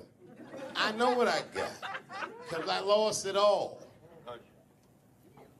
I got to tell you something, and I don't talk about it often. Have you ever worked all your life for something and have it not work out? That happened to me. It was tough. Think about it. I was gone for 12 years. It's not a little bit of time. It was hell. I watched other niggas that I knew become very famous. I watched the world go on without me. I mourned the loss of it. And after a while, I didn't care. Coming back was terrifying. I understand what I am. I really do, more than anybody. Like when they write about me in history, I'll be dead reading it like, yeah, I know they'd say that. They say that a person can't dream of a face they've never seen. Can't believe that's true, but it's probably true. Boy, I got a long bank of faces. 32 years, I could close my eyes, I could think of any night. There's so many faces. Every night, most nights, they're all looking up, smiling. You have no idea what the world looks like from that. All different races, all different colors, all different kind of beliefs, just looking at me, smiling for 32 years, night after night.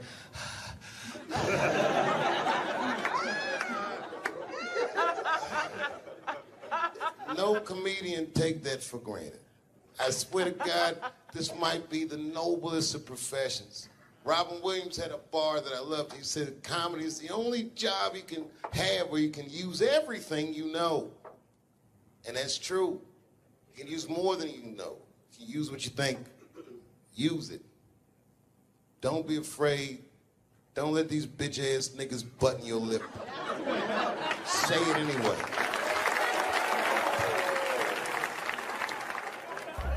I first became aware of Dave Chappelle right around before the first Nutty Professor, because I was supposed to play that role that he played. And then I kind of saw him, and I was like, hey, that guy, right, that kid would be funny playing that role. I try to be peaceful, but now it's time for Reggie to karate-size your ass. Woo! Dave is so much smarter than everyone. Like, Dave is one of the most, maybe the most intellectual comedian ever. It took us 400 years to figure out as a people that white people's weakness the whole time was kneeling during their national anthem. That's a brittle spirit.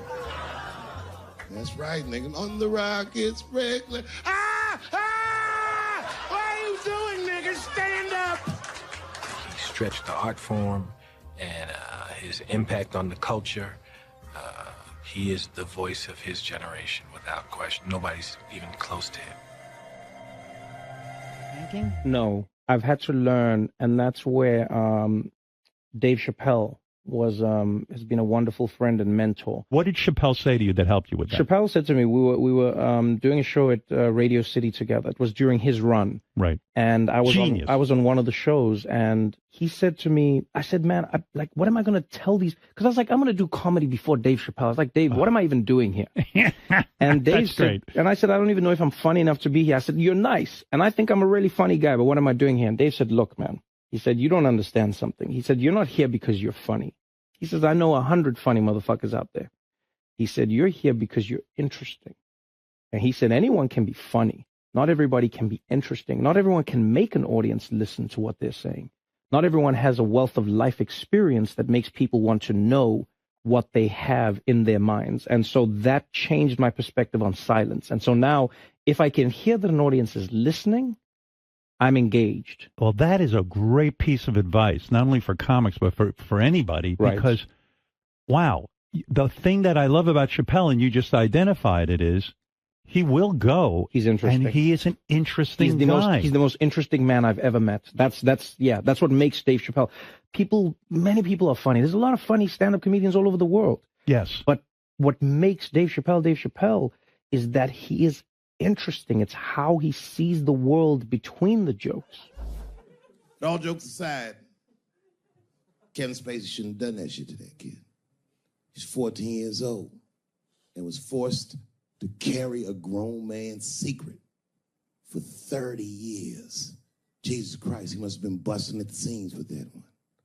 The saddest part is, if he were able to carry that secret for 6 more months, I would get to know how House of Cards ends.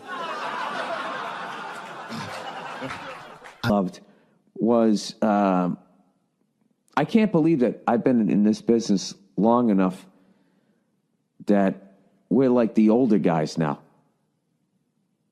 It always blows my mind that I'm like 5 years older than Dave Chappelle because he was already a made guy when I came in.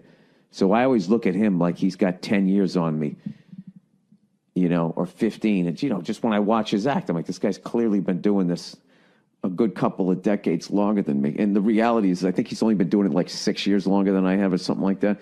He's fucking amazing. And what I love, too, is just he's that same... with all that's changed, everybody getting offended, all of this fucking crap, how you get in trouble, he hasn't changed at all.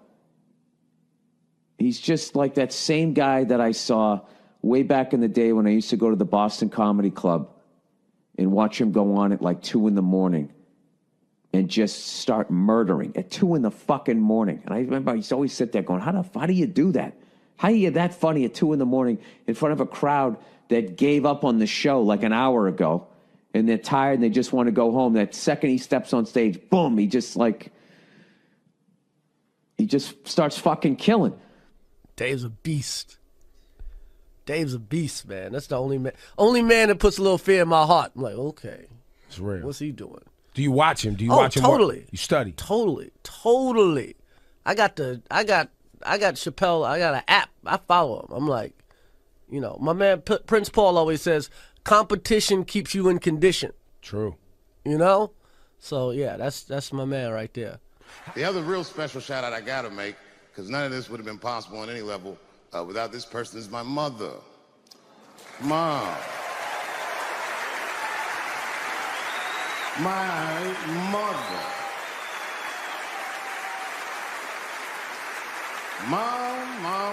Mom. You have no idea what I put this woman through. If you had just given birth to me, that would have been more than enough. But the fact that you raised me and raised me well, we had a real oral tradition in our house. I knew the word griot when I was a little boy. A griot was a person in Africa who's charged with keeping the stories of the village. Everyone would tell a griot the stories and they would remember them all so that they could tell future generations. And when they got old, they'd tell them to someone else. And they say in Africa, when a griot dies, it's like a library was burnt down. And my mother used to tell me, before I ever thought about doing comedy, she said, you should be a griot. And she'd fill me with every story of black life. You know, she's educated in African-American studies, and she would let me understand the context that I was being raised in, that I'm being raised in a hostile environment that I have to tame. By the time I was 14 years old, I was in nightclubs, mastering an adult world. It was terrifying. The crack epidemic was going on, and my mother would hear gunshots outside and be scared to death. Maybe it's my son. But early in my career, if you remember, Mom, you used to sit in the club with me. She'd do a full day of work. You'd be back there falling asleep, just waiting for me to go on. She would watch my show every night. Do you know how long that car ride is home?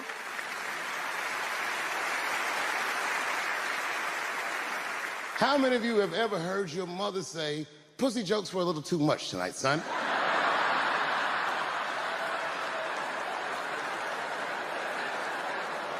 I was a soft kid. I was sensitive, I'd cry easy, and I would be scared to fist fight. And my mother used to tell me this thing, I don't even know if you remember, but you said this to me more than once. You said, son, sometimes you have to be a lion so you can be the lamb you really are. I talk this shit like a lion. I'm not afraid of any of you. When it comes word to word, I will gab with the best of them, just so I can chill and be me. And that's why I love my art form, because I understand every practitioner of it. Whether I agree with them or not, I know where they're coming from. They want to be heard. They got something to say. There's something they notice. They just want to be understood. Love this genre. It saved my life.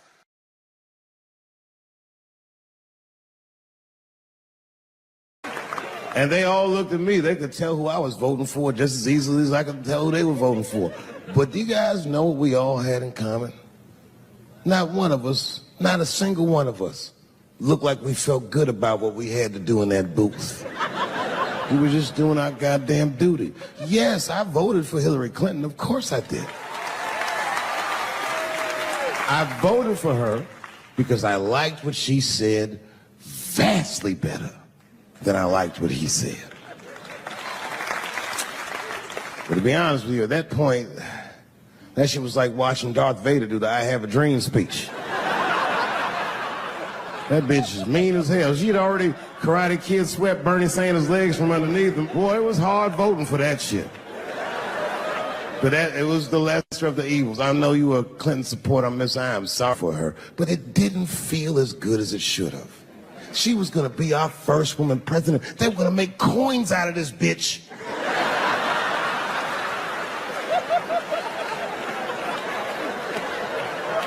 And somehow she just missed the dunk. Of course she should have beat him. Of course she should have beat him. You know what voting for her felt like?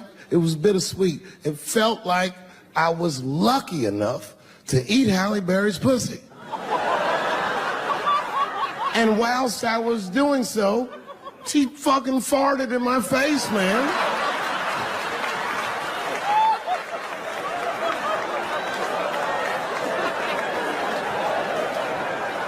Now you understand, I'd still do it.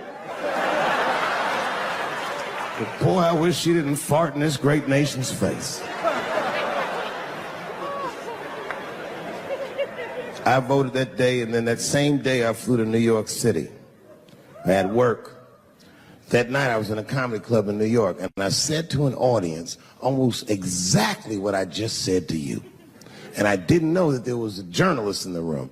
And this journalist wrote an article. The headline of the article said, Dave Chappelle is an avid. Yeah. I had no idea the paper said that. And you know how I found out? My wife called me from Ohio the next morning in a goddamn panic. David, what the fuck is going on in New York? I said, I'm being good, but what have you heard?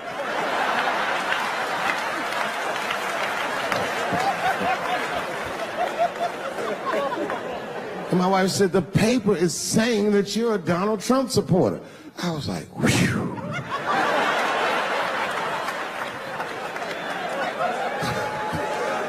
I said, don't worry about that shit, baby. Nobody in their right mind would believe that. And she said, no, David, people believe it. And then she started reading the comments to me. Oh, they were terrible. All these black people call me all kinds of Uncle Toms and shit. I should tell you, buddy, this is a very serious allegation from one black to another. I was incensed. Uncle Tom? How am I Uncle Tom, nigga? You the one that reads The Observer? Anyway, all this shit goes down around, and now Trump is the president, and I'm hosting Saturday Night Live.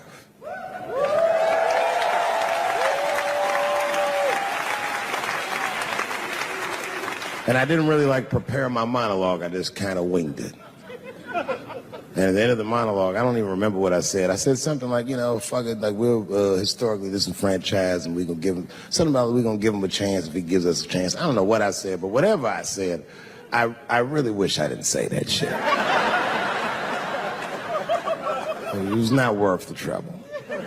Now I walk into the barbershop, and all them black people just be looking at me like, yo, Dave, what's up with your boy? Yo, nigga, yo! Not my boy. Because I don't care if you're a Republican or Democrat, if you support him or not, any objective person is going to have to admit that this motherfucker is having a terrible go of it.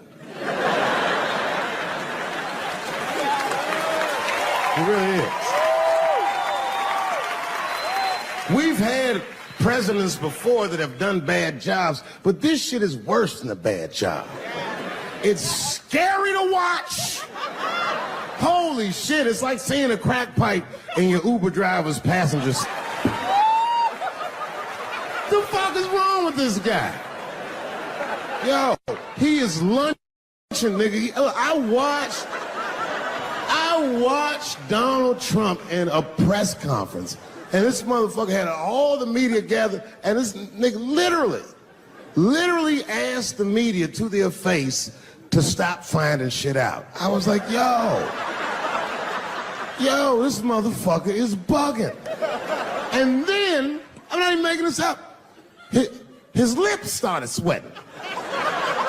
His lips. Have you ever seen a motherfucker's lip sweat? What the fuck is wrong with this nigga's lips? It's like if you're on a plane, right? You ever been on a plane? I get scared to fly. I do it all the time. I be scared on there. And sometimes the plane will hit turbulence. And then I get nervous. But I always look at the flight attendant, and she looks calm, and it makes me feel calm. But if that bitch's lips were sweating, it's terrifying. Like, yo, nigga, why are your lips sweating? What do you know? And then, I'm not even making this shit up. This motherfucker grabbed the podium. He goes, you don't know how scary the things I read in my briefings are. What's that, bro? That's bad leadership. Even as a parent, you think I'm gonna sit my kids down? Hey, little man, come here real quick. I just wanna holler at you for a second. Yo, I'm 3 months behind on the rent, nigga, and I am worried. Very worried. Go to school and have a productive day, nigga. I was just thinking out loud, getting some shit off my chest. Like, what the fuck are you doing, bro? This is bad, man. Jesus Christ. All this motherfucker's ideas sound like high people ideas. Like, he doesn't think these things through before he tells us. He just tells us what he's thinking as soon as it occurs to him. This shit sounds nuts. I'm gonna go to China, and I'm gonna get those jobs from China and bring them back here to America. For what, nigga? So iPhones can be $9,000? Leave that job in China where it belongs. None of us want to work that hard. What the fuck is he thinking? Because I don't want to make them shits. What the fuck are you doing? Stop trying to give us Chinese jobs. I am going to bring back coal. Coal? I'm not even exaggerating. I have never in my life even seen a fucking lump of coal. I honestly don't even know what coal is for. If you're gonna have motherfuckers digging around in the dirt looking for shit, find me some truffles, nigga. That's what I'm about. And these truffle prices are getting out of control.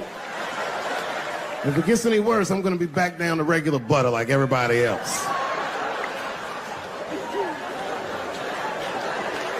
Terrible, terrible job. This motherfucker hit North Korea with rap battle threats. Fire and fury, like, yo! Yo, what are you doing?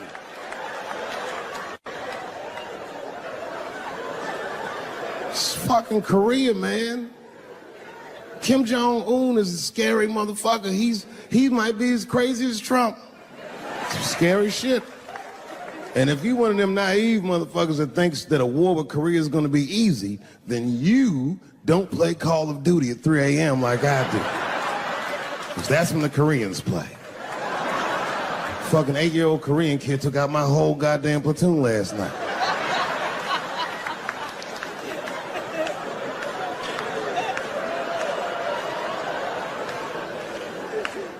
I've never seen somebody in an office so high with the most just basic fucking solutions. Like, you know, we should not let any more Muslims in the country till we can figure out what's going on. Did he just say, figure out what's going on? Who doesn't know how to do basic math? Let's count it out, okay? There's been 17 mass shootings in the United States. 4 of them were done by Muslims. None of those 4 Muslims were from any of the 7 countries in your stupid ass original band.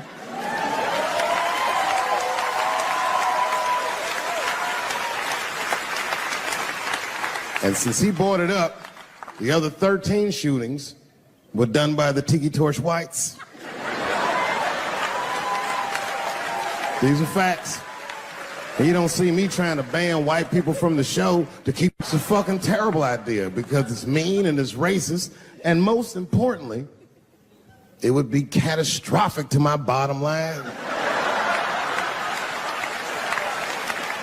If there were no white people here tonight, I might leave this bitch with $1,800. This man needs to realize that we all need each other.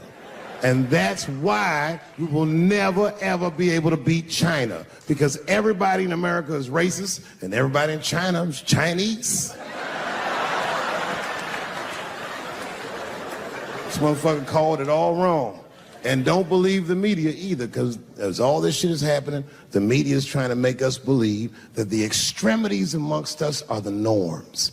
We can disagree, that's fine. And most of us are keeping a cool head about this shit.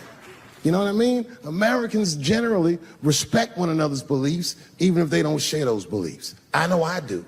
I respect everybody's beliefs except Amish people. Because they are the only ones that I can say clearly their God is wrong. The speed limit is 75 miles an hour in Ohio, and one lane of traffic is buggy. Nigga, your God is ridiculous. All the Amish people around my way know me too. Not from television, obviously. They know me from the streets. Because when I see them horse and buggies, I'll pull the Porsche over and talk to them. Ezekiel, are you sure that God doesn't want you to have any of this technology or this energy? Huh? Huh? I can't hear you, nigga. Let me turn this air conditioner off. What did you say? And them niggas be like, get away from me, ye. Ye tried to tempt me like the devil. Devil? Nah, bro, I'm trying to put you on to the game, Zeke. It's a big world out here, nigga. I just went 25 miles in 30 minutes. That's a day's journey for you. You don't even know what the weather's gonna be tomorrow, do you? I do. You don't even know that there's a valuable Pokemon right on here. I drive away. Huh? Oh, my vape pen? You want to hit my vape pen? Oh, sorry, nigga. I'm trying not to get herpes. My bad.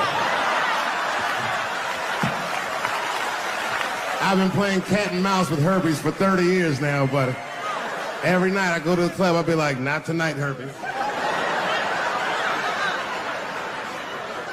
No disrespect. I'm not saying you have herpes. I'm just saying 1 out of 5 people do. So let's just all be careful around this motherfucker and make sure that we leave with the lips we came with.